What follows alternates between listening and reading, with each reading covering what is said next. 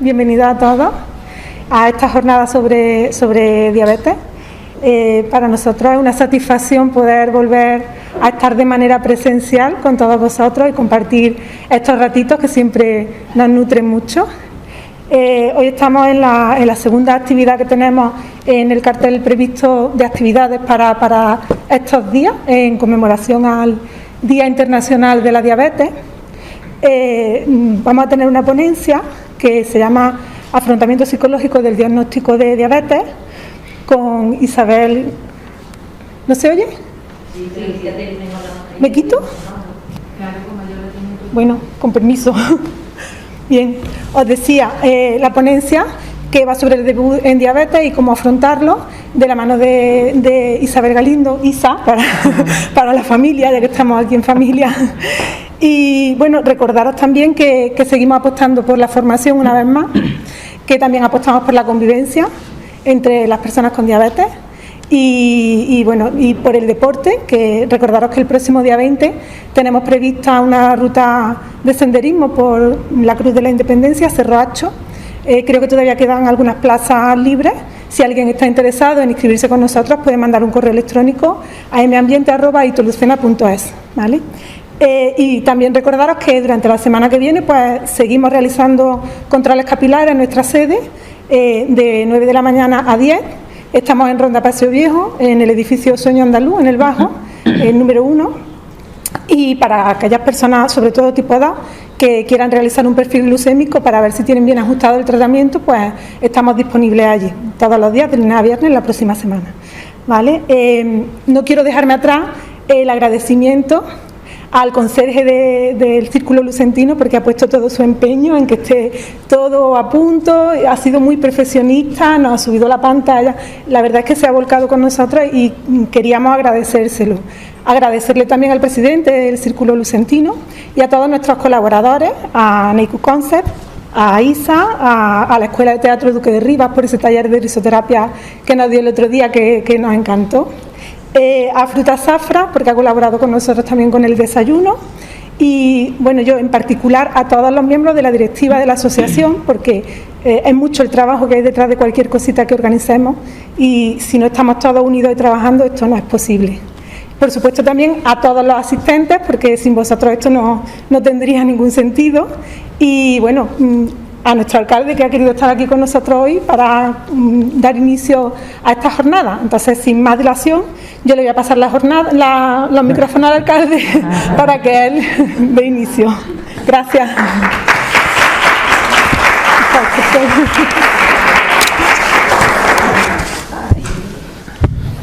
Bueno, pues ahora me voy a quitar la mascarilla.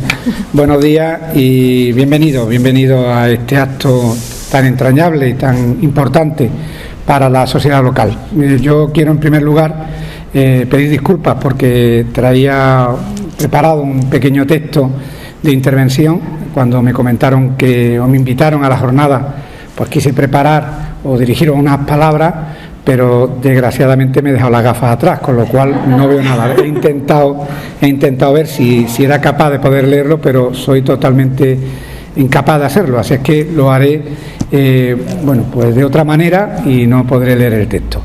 Sí quería empezar en primer lugar dirigiendo palabras de gratitud y de consideración, no sin antes saludar a la presidenta de la Asociación de Diabetes Lucena, a Isabel, que va a ser la ponente, a toda la junta directiva de la asociación, que tan buena y loable labor venir realizando, y a todas las personas que habéis decidido pasar un ratito con la asociación y con nosotros en esta mañana de sábado, precisamente la antesala de la conmemoración del Día Mundial de la Diabetes, que es mañana, como bien sabéis, y que, bueno, pues que cumple también, yo creo que es una fecha importante, su 30º aniversario, porque creo que fue en el año 91 cuando se decide que mañana sea el Día Mundial de la Diabetes, el día 14 de noviembre.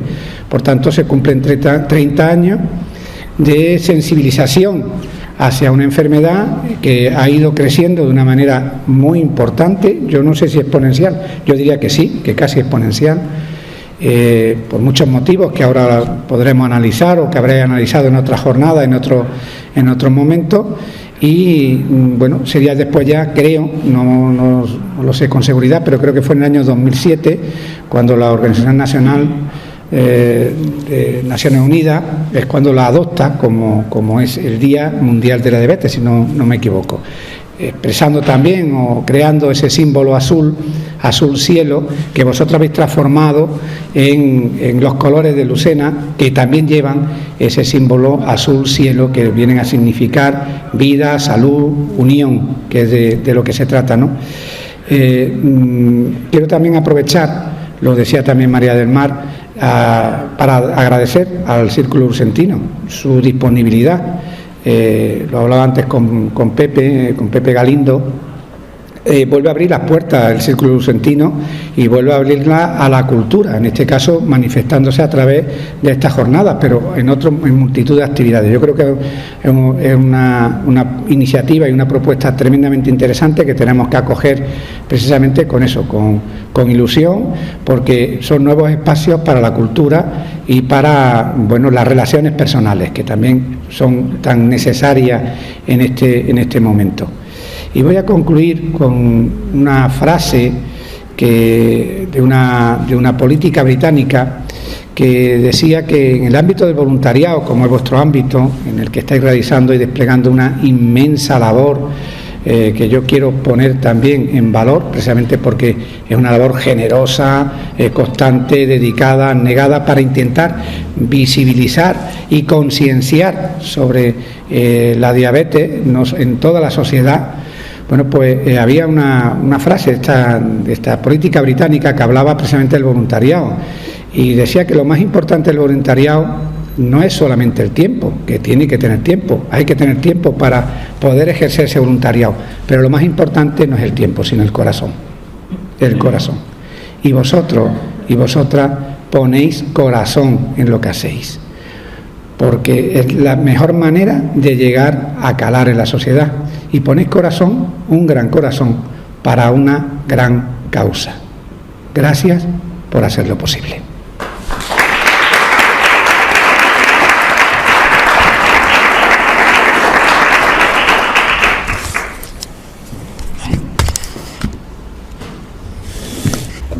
Bueno, buenos días, yo soy Isabel Galindo, soy psicóloga sanitaria. Y aparte de la relación profesional que tengo con la diabetes, pues también tengo una relación familiar con ella. Mi casa es un combo de diabetes. En primer lugar, diagnosticaron a mi hermano con 20 años, diabetes tipo 1. Su mujer también es diabética, tipo 1. Después fue mi madre con diabetes tipo 2. Bueno, no, mi madre fue la tercera, perdón. Mi sobrina, con 1 año, con 17 meses, le diagnosticaron también diabetes tipo 1. Sin duda ella es la más campeona y la que más nos ha enseñado a todos. Y yo he tenido 2 diabetes gestacionales que han acabado en prediabetes también. La carga genética que tenemos en mi casa es bastante importante. Entonces, bueno, pues conozco bien de lo que vamos a hablar hoy. Yo quiero contar hoy la parte psicológica del debut, de cuando nos diagnostican. ¿Por qué? Pues porque cuando nos diagnostican supone un shock importante, un cambio importante a nivel físico, de conducta, de rutinas, pero también lo supone a nivel psicológico y parece que como que a eso le prestamos menos atención. Y la verdad es que tiene un peso bastante importante a la hora de establecer un tratamiento, de hacer el seguimiento de ese tratamiento. ¿Qué pasa en nuestro cerebro cuando nos dicen que tenemos diabetes? Bueno, pues lo primero que sentimos es sorpresa, shock. Nos da mucho miedo esa palabra, esa noticia que nos están dando. ¿Y esto qué provoca? Pues provoca sensaciones y emociones muy negativas, mucho dolor emocional, mucha incertidumbre. No creo que haya nadie que en el día que le han diagnosticado la diabetes haya tenido sensaciones positivas. Vamos, si lo hay, por favor que me lo diga y que nos lo explique. Porque normalmente pues te están diciendo que tienes una enfermedad crónica, que es irreversible y que tu patrón de conducta a partir de ahora tiene que cambiar sí o sí, para que tú puedas colaborar activamente en tu enfermedad. Entonces realmente al principio es un choque bastante importante y bastante duro. y tenemos que entenderlo y tenemos que normalizarlo para que no nos sintamos extraños. ¿Qué ocurre en nuestra mente? Pues lo primero que ocurre es que nos duele. Esa noticia duele, impacta, nos provoca muchos sentimientos muy negativos y empezamos a generar pensamientos pesimistas. No creo que nadie en el día del diagnóstico diga, bueno, venga, pues ya está, tampoco es para tanto, mi vida va a ser normal y seguro que me curo. No, eso sería engañarnos a nosotros mismos. Entonces, entra dentro de la normalidad sentir ese dolor emocional tan intenso y esos pensamientos pesimistas. Resulta muy desagradable para el paciente y todos estos sentimientos y todas estas emociones son desagradables y es muy complicado sobrellevarlo. Y las primeras semanas, ¿qué ocurre en la mente? Pues que entramos en mente en centrifugado, se llama esto. ¿Qué quiere decir? Pues que constantemente nuestra mente va a estar martilleándonos con la palabra diabetes. Es que hay que ver lo que me han dicho, que tengo diabetes, y es que ahora yo soy diabético, y es que ahora tengo una fiesta de cumpleaños, por ejemplo, los niños, los adolescentes, y yo soy diabético, ahora esto ¿cómo se hace? Tengo un viaje de fin de estudio, soy diabético, ahora ¿cómo me enfrento a esto? Es un dolor bastante intenso. Entonces entramos en esa mente en centrífuga constantemente pensando en lo mismo. ¿Qué pasa si yo tengo mi mente ocupada constantemente con una sola temática? Que pierdo la atención del resto de las cosas que tengo que llevar a cabo. Entonces esto desenlaza un bajo rendimiento escolar o un bajo rendimiento laboral, porque no puedo concentrarme en otra cosa que no sea mi diabetes. Esto es lo más normal en las primeras semanas. Conforme va pasando el tiempo, los primeros meses, el primer año, al final lo que se suele desencadenar son síntomas a veces psicopatológicos, síntomas de ansiedad, síntomas depresivos, de tristeza. El primer año es decisivo porque es la primera vez que empezamos a hacer algo con nuestra diabetes ya en el cuerpo. Antes no teníamos la diabetes y nuestra vida era de lo más normal posible. Y está claro que el debut, el diagnóstico marca un antes y un después. Estoy segura de que todas las personas diabéticas que hay aquí o padres de diabéticos recuerdan perfectamente la fecha en la que debutaron su hijo o en la que debutaron ellos. Eso es imposible de olvidar. Este impacto de la diabetes, del diagnóstico de una enfermedad crónica, ¿qué hace? Bueno, pues hace que a veces, no todas las veces, pero si no se gestiona bien, puedan aparecer síntomas psicopatológicos y también a nivel social, familiar, conductual, entre otros. Hay muchos síntomas, pero entre otros he querido destacar los más comunes. Pues síntomas de ansiedad, de depresión, disfunciones sexuales que son muy complicadas de gestionar uno mismo, dificultades laborales por la falta de concentración o porque a veces en tu trabajo no existe una flexibilidad para que tú te puedas ir analizando o para que tú hagas un parón si necesitas comer, si tienes una bajada. Hay algunos trabajos que no te permiten eso. Incluso cuando el enfermo, el diabético es tu hijo, en tu propio trabajo a veces no te dejan esa flexibilidad para que tú te salgas si hay una emergencia, si hay una hipoglucemia, no te dan esa flexibilidad. Entonces empiezas a tener problemas un poco en todos los sectores al principio, antes de que te empieces a acostumbrar. Y hay muchos sentimientos de soledad y de incomprensión. Por eso creo que es tan importante esto, las asociaciones. Cuando a nosotros nos dan una noticia, nos pesa mucho y pensamos que somos los únicos que tenemos esa enfermedad o esa problemática. Si empezamos a relacionarnos con personas que tienen la misma enfermedad y la misma problemática, lo que para nosotros es un shock inicial, ellos ya lo han pasado y nos van a contar qué va a pasar después, y eso nos va a facilitar un poquito el camino. He querido abrir una ventanita sobre el debut infanto-juvenil. No me voy a centrar por edades, lo voy a hacer en general, pero es verdad que aquí era necesario abrir esta ventana porque el debut infanto-juvenil el afrontamiento de los niños está directamente relacionado con el afrontamiento que tienen los padres, sus propios padres. Si cuando hay un diagnóstico de diabetes, los padres lo sufren en extremo, lo dramatizan mucho, porque es para dramatizarlo, es que no es fácil, pero si ellos lo gestionan mal, probablemente sus hijos también lo gestionen mal, porque van a imitar esa manera de gestionarlo. Entonces lo interesante sería que una vez que debutan nuestros hijos, pues nosotros hagamos todo lo posible por informarnos y por formarnos, para que podamos ayudarle a ellos y para que podamos hacer de embudo. A veces cuando el diagnóstico es a un adulto, está el especialista que diagnostica y el adulto. Se da el mensaje, el adulto lo percibe, se acabó, tú ya lo percibes como tú consideres oportuno. Pero cuando es un hijo, el padre puede hacer de embudo y de filtro y que esa noticia llegue al hijo pues un poco ya con un poquito de más formación, de más explicación, se lo puede suavizar quizás un poquito más. Entonces quería hacer hincapié en eso, en que los padres tenemos un papel decisivo cuando el que debuta es nuestro hijo. En los niños también se pueden desarrollar síntomas psicopatológicos, evidentemente, si no se gestiona bien, y está claro que hay un impacto biopsicosocial, o sea, a nivel biológico, en su cuerpo, psicológico, porque tienen que aceptar que ahora tienen una enfermedad crónica, que por ahora es irreversible, y a nivel social, que es difícil, ¿no?, para un niño pequeño que va a un cumpleaños y no puede comer chuches, o que cada 2 por 3 en el cole se tiene que estar analizando, los demás niños miran, los niños a veces juzgan, entonces para ellos resulta un poquito complicado. ¿Cómo debemos afrontarlo, el diagnóstico? Pues se debería afrontar desde una perspectiva integral. ¿Y esto qué es? Pues evidentemente a nivel clínico, con un equipo multidisciplinar, los especialistas que te diagnostican, debería haber un apoyo psicológico que te explique un poco la secuencia de las sensaciones y de los síntomas psicológicos que tú vas a ir teniendo y cómo puedes irlos suavizando y afrontando, porque al final se afronta, pero si te lo explican y te lo facilitan, pues mucho mejor, ¿no?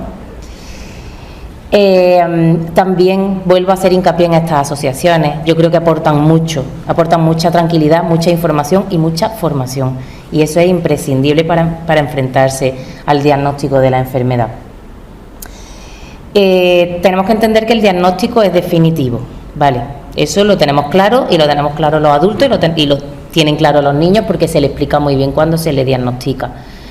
Pero bueno, podemos entender que el dolor no es definitivo, es temporal. ¿Eso significa que dentro de un tiempo ya no me va a doler? No, pero va a ser diferente, no va a ser tan intenso. Cuando nos damos un golpe fuerte, al principio duele mucho, pero después se va suavizando un poquito el dolor. Pues con esto es lo mismo. Y conforme vamos avanzando y vamos gestionando mejor la información, bueno, pues el dolor se va suavizando un poquito. ¿Qué pasa si al final nos quedamos con sentimientos de rabia, de culpa, de miedo? Pues que probablemente tengamos muy baja motivación para el autocuidado, para alimentarnos bien, para hacer ejercicio, para analizarnos, y eso va a incidir directamente en la calidad de vida. Si yo no me cuido bien en mi diabetes, mi calidad de vida va a disminuir. Entonces, está estudiado que cuando nos diagnostican una enfermedad crónica irreversible, pasamos por una serie de fases. Casi siempre son comunes a todas las enfermedades crónicas irreversibles.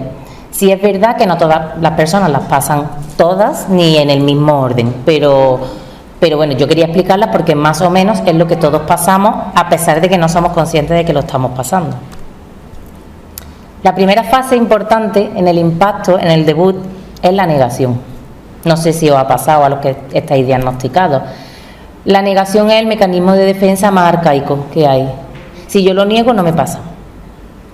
No es así. Nos engañamos nosotros mismos, nos lo negamos, esto no me puede estar pasando a mí, esto es una tragedia. ¿Qué pasa? Si nosotros negamos la situación y aparte no generamos herramientas para poder solventarla, entramos en un callejón sin salida, y eso es absolutamente angustioso. Entonces, la primera fase de la negación, normalmente, ¿qué conlleva? Pues conlleva lo mismo que os estaba contando antes, falta de adhesión al tratamiento, y si nosotros no nos adherimos al tratamiento de manera adecuada, pues mal vamos. La segunda es la ira, la frustración, la indiferencia. Nos enfadamos. Primero lo hemos negado. Cuando ya hemos visto que negándolo la diabetes sigue ahí, pues nos enfadamos. ¿Y por qué? ¿Y por qué me tiene que pasar a mí? Eso no tiene respuesta. Normalmente no tiene respuesta. Y si la tiene, es que da igual la respuesta, es que ya te ha pasado. no podemos arreglarlo. Entonces nos enfadamos muchísimo. ¿Por qué? Pues porque al final tenemos que hacer un cambio brusco en nuestra rutina, en nuestra alimentación, en nuestro ejercicio. Ya tiene que ser un ejercicio obligado, ya tienen que ser unos horarios obligados, y eso cuesta mucho trabajo adaptarse y gestionarlo de manera efectiva.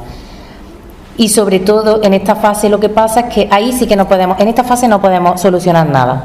¿Por qué? Porque cuando estamos enfadados la resolución de problemas es nula. Tenemos que esperar un poquito. De hecho, un ejemplo claro es cuando un padre se enfada con un hijo porque ha hecho alguna trastada, y si el padre está muy enfadado, seguramente la consecuencia que le ponga al hijo o el castigo que le ponga va a ser descomunal y no lo va a poder cumplir. Entonces, cuando estamos en una fase de ira, esperamos para tomar decisiones, ¿vale? Esta fase es un poco compasiva con nuestro cerebro. ¿Qué hace nuestro cerebro cuando viene de sufrir una fase de negación y de ira? Evidentemente, los sentimientos que has sentido en estas dos primeras fases son muy intensos y muy negativos, muy dolorosos. Entonces, la fase de negociación es como darle un poco de tregua al cerebro. ¿Cómo lo hacemos? Bueno, pues ya hemos asumido que tenemos diabetes, hemos asumido la frustración, pero ahora decimos, bueno, igual no es para tanto. A lo mejor es reversible mi diabetes. A lo mejor la próxima vez que yo vaya al endocrino me dice, mira, que ya no la tienes. O a lo mejor no me tengo que pinchar. Somos como un poquito más compasivos. Le damos una tregua a nuestro cerebro actúa así para que nos relajemos un poco de las emociones tan intensas que hemos sentido previamente, pero la realidad es que mi diabetes sigue ahí. Entonces, ¿qué hacemos en esa fase? Pues esta es muy curiosa porque aquí nos centramos en recordar nuestra vida anterior de manera idílica, porque realmente esa vida anterior esa no va a volver. La fase número 4 es la de depresión. No quiere decir que se llame así, no quiere decir que tengamos una depresión ni un cuadro clínico depresivo, no, en absoluto. Se llama así por los sentimientos que genera, que son negativos. Aquí, ¿qué pensamos? Aquí ya somos conscientes de lo que nos han dicho y pensamos, pues bueno, que todo ha cambiado, que ahora qué va a pasar con mi vida. Hasta que nosotros elaboramos un aprendizaje con esta nueva situación, los sentimientos y los pensamientos que tenemos pues son muy confusos. Nos pone nerviosos pensar en el futuro, porque no sabemos cómo nos vamos a enfrentar. Y los sentimientos que tenemos en esta fase pues vuelven a ser negativos, de ansiedad, de tristeza. Aquí hay que estar muy alerta, porque si este tipo de sensaciones o de sentimientos no somos capaces de superarlos, podemos desencadenar un problema psicopatológico. Entonces, si no somos capaces de salir de esta fase, hay que pedir ayuda, ¿vale? Porque cuando nos encontramos en una situación de crisis, tenemos dos caminos: o nos bloqueamos, que mal vamos, o nos adaptamos, ¿vale? Lo ideal es adaptarse y pasar a la siguiente fase. Esta es la mejor, la fase de aceptación. Aquí hemos superado las fases anteriores, nos hemos reconciliado con la enfermedad, ya sabemos cómo es, cómo funciona. La vemos de manera realista, que también es muy importante que entendamos que actualmente la diabetes es una enfermedad crónica irreversible. Que hay muchísimos estudios que esperemos que saquen una solución definitiva, por supuesto, y para eso hay que seguir apostando, pero actualmente es irreversible y tenemos que adaptarnos a ella. Ahora, sí es verdad que hay una buena noticia, que al final nosotros podemos colaborar mucho con nuestra diabetes para facilitarnos la vida y para que sea lo más normal posible. En esta fase, una vez que nos hemos reconciliado con la enfermedad, entendemos que va a ser para siempre, entendemos las rutinas que nosotros tenemos que llevar a cabo y sobre todo entendemos, y eso nos tranquiliza, que con el tratamiento adecuado y la actitud adecuada que yo voy a tener ante mi tratamiento, mi vida se va a normalizar lo máximo posible. Entonces, el fin de todo esto, ¿cuál es? Que colaboremos activamente con nuestra enfermedad.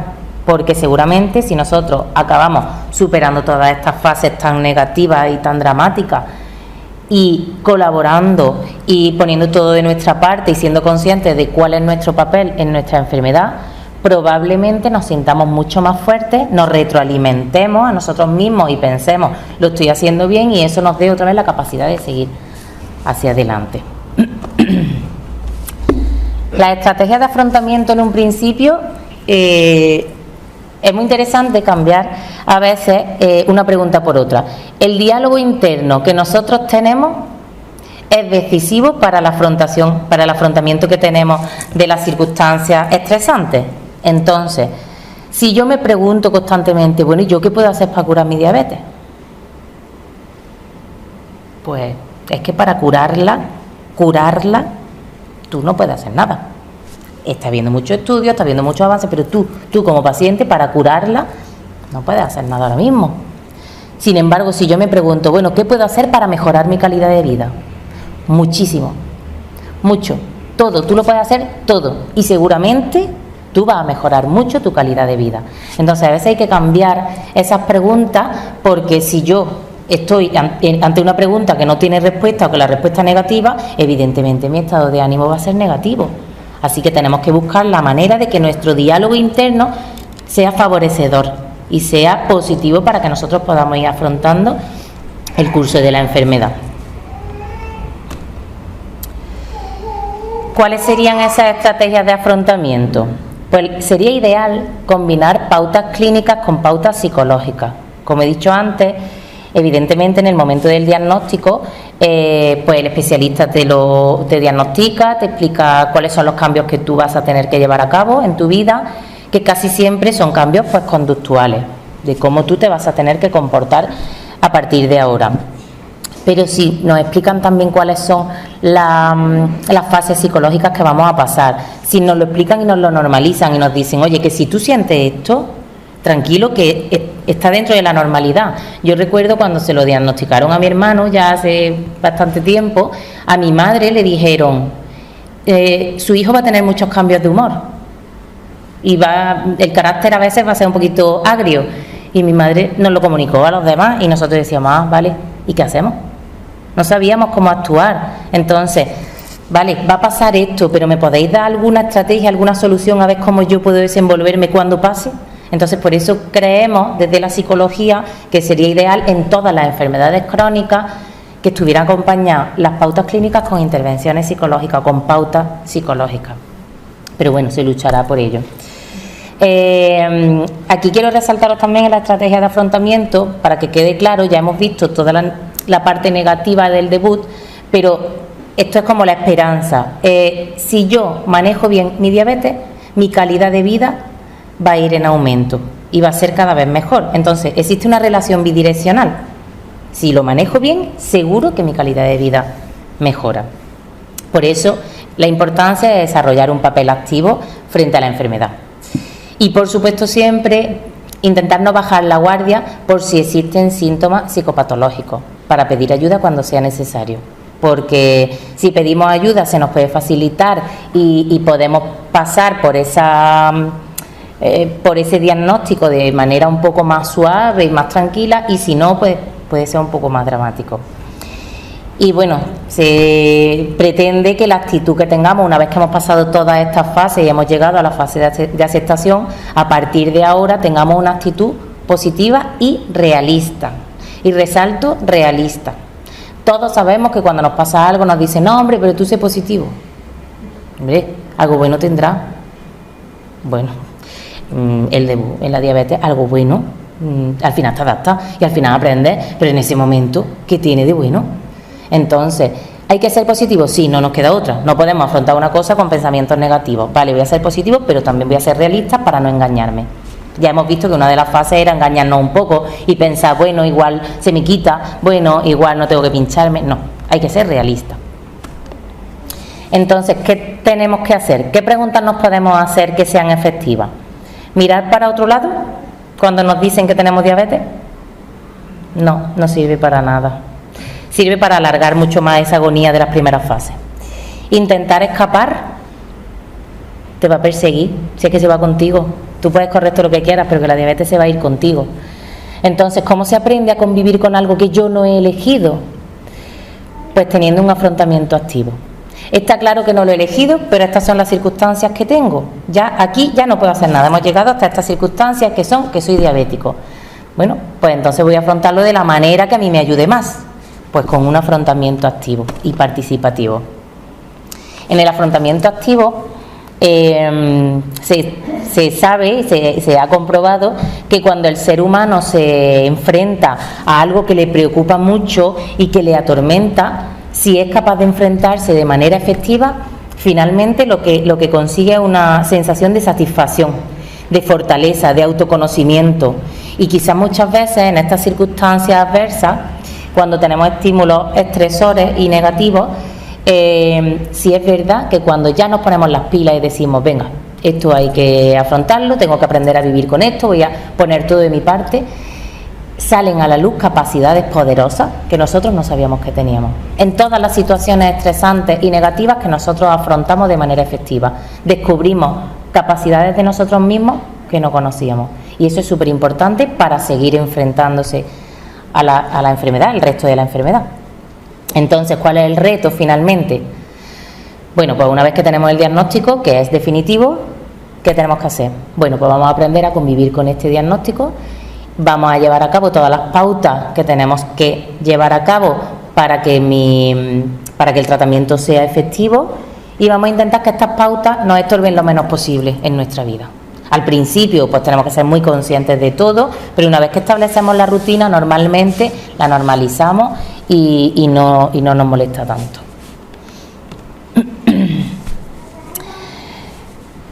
La buena noticia, por tanto, es que al final el manejo de la diabetes está en manos del propio diabético.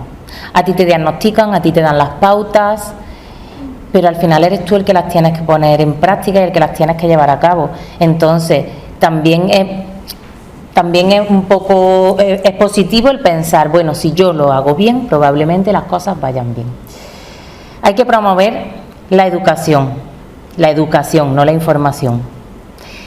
Informar está bien, pero tenemos que educar para este nuevo diagnóstico, para esta nueva vida que a mí me espera. A veces el hándicap de la sanidad pública es el tiempo, es que no hay tiempo, no tienen tiempo, entonces lo hacen súper bien, lo hacen muy bien para el poco tiempo que tienen para dedicar a cada paciente, demasiado. Entonces sería ideal eso, que existiera una educación constante, no puntual en el momento del debut, sino constante, una supervisión constante y una educación a nivel individual y grupal. ¿Por qué? Pues porque quizá en las primeras fases es importante una educación individual, mucho más centrada en el paciente, y en las siguientes fases pues quizá puede venir bien una educación grupal, ¿vale? Para que se refuercen unos pacientes a otros. Y como he dicho, eso, continua en el tiempo, no algo puntual solamente en el momento del debut. Entonces, realmente esta educación lo que va a hacer es que haga un papel motivador y reforzador. Ahora os quiero poner un vídeo que habla del optimismo inteligente. ¿Y qué es esto? Bueno, pues como ya hemos visto, para que el afrontamiento sea adecuado a nivel psicológico, necesitamos que sea un afrontamiento optimista, pero un optimismo realista, como vengo diciendo en las fases anteriores, ¿vale? Entonces, este vídeo no es en concreto de diabetes, pero sí habla de cómo nos podemos enfrentar de manera efectiva a un estímulo estresor, a alguna circunstancia adversa. Cada mañana te levantas sabiendo que a lo largo del día tomarás muchas decisiones. Azúcar o sacarina, bus o metro, me callo o le contesto. Siempre acabas preguntándote si has hecho o has elegido bien. Lo que pocas veces nos cuentan es que hay una decisión que tomamos mucho antes de empezar el día. Una decisión que de manera inconsciente marcará el devenir del resto de nuestra vida. Una decisión aparentemente sin pregunta. Aparentemente. Y es que hay cosas que son tan importantes que no podemos dejárselas al inconsciente. ¿Te enfrentas a la vida de manera optimista? Sí, sé lo que estás pensando, pero déjame primero que te cuente que el optimismo es una palabra muy maltratada hoy en día, a la que no dejan de parecer monstruos que la crean. Por eso, no hablaremos de optimismo, sino de optimismo inteligente. Empecemos aclarando qué es y qué no es el optimismo inteligente. En primer lugar, el optimismo inteligente no es una forma de ver la vida de color de rosa. nada nos afecta. Todo es inmejorable, nada me desanima ni me entristece. Es decir, no es un optimismo ilusorio. Tampoco es una actitud de ver el lado bueno de las cosas por la simple necesidad de olvidar el lado amargo. Pero mira el lado bueno. Juan, por favor, me acabo de quemar con el aceite. Bueno, así ya sabes que está caliente. Sobre todo el optimismo no es una manera pasiva de aceptar la realidad que venga lo que venga. Lo que un optimista hace es mirar al mundo esté como esté, pero con la confianza y convicción de que ese mundo, esa realidad, puede mejorar. El optimismo inteligente es una actitud. Por tanto, un optimista jamás niega la realidad.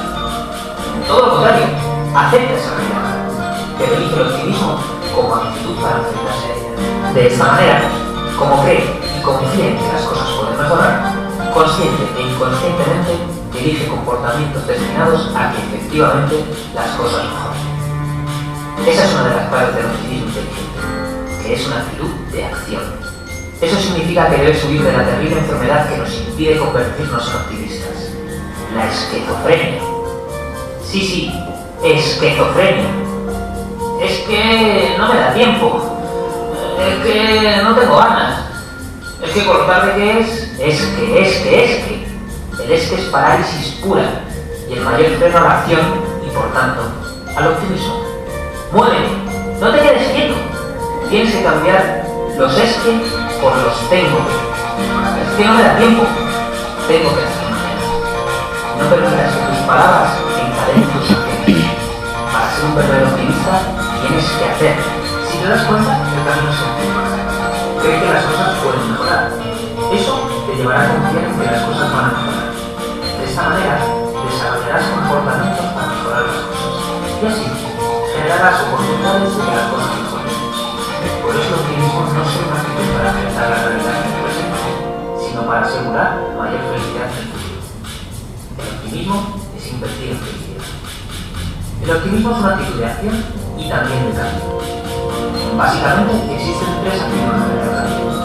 Tenemos a los dinosaurios, resistentes a cualquier tipo de cambio, pero que tarde o temprano se extinguen. También tenemos a los camaleones, adaptativos por naturaleza a cualquier paisaje, situación o entorno. Y por último, tenemos a los gusanos, motores del cambio, seres capaces de sufrir y tras estar encerrados en una maraña sin ver nada, impulsar el cambio en sí mismos con el fin de mejorar su situación inicial. Jamás podrás ser un dinosaurio si quieres convertirte en un optimista. Si confías en mejorar las cosas y generas situaciones para ello, no puedes negar la necesidad de cambiar. El optimismo, por definición, te exige ser un gusano que impulsa el cambio, o al menos un camaleón adaptado a él. Por último, el optimismo inteligente es una obligación ética. En el momento que niegas el optimismo, niegas la posibilidad de que las cosas puedan mejorar, frenando las acciones enfocadas a ello. Pero no solo eso, sino que si asumes que las cosas no pueden mejorar, le estarás negando la posibilidad a otros de mejorar una situación que posiblemente sea peor que la tuya. No se trata de compararte con otros, sino de no negarte y, por tanto, no negarle al mundo la posibilidad de mejorar. Así que recuerda que para llegar a la cima de la pirámide y conseguir tu apreciado optimismo, los tres pilares sobre los que debes construirla serán actitud de acción, actitud de cambio, obligación ética. Y no solo eso, el optimismo es una actitud tremendamente contagiosa. Así que contagia y déjate contagiar por los optimistas que ya se mueven por el mundo. No olvides que el optimismo no es una cualidad, sino una posición para enfrentar la vida. Una posición que puedes aprender, que puedes ensayar, mejorar. Y por tanto, una actitud que eliges tú. No dejes que nadie decida por ti cómo te enfrentas a ese café, a ese camino a la oficina, a esa discusión de media mañana. Tú y solo tú tienes el derecho de decidir con qué actitud quieres levantarte. Al fin y al cabo, la vida puedes jugarla a ganar o a no perder. Tú decides. ¿Te sumas al bando optimista? Bueno, lo ideal que sería en esta situación. No sé si habéis fijado en el ejemplo del dinosaurio, del camaleón y del gusano. Dinosaurios no podemos ser si debutamos en diabetes. No, están extinguidos, no se adaptan a los cambios, fuera. Dinosaurios no. Podemos ser camaleones y adaptarnos como buenamente podamos, o podemos ser gusanos, que al final salen de una maraña y se reconvierten. Pues espero que vosotros, como diabéticos, como familiares, como padres de diabéticos, al final os podáis transformar y que a pesar de haber pasado esas fases tan dramáticas que inevitablemente se pasan de manera natural, pues podáis transformaros, podáis informaros, formaros y que al final la diabetes no sea un hándicap tan importante en vuestra vida, y espero que lo llevéis de la mejor manera posible. Y quiero finalizar con esta frase: al final no es tanto lo que nos ocurre, sino lo que hacemos con lo que nos ocurre. Y si la gestión emocional es la adecuada, no tiene que incidir tanto en nuestras vidas. Así que espero que os haya servido de algo y muchas gracias por la atención.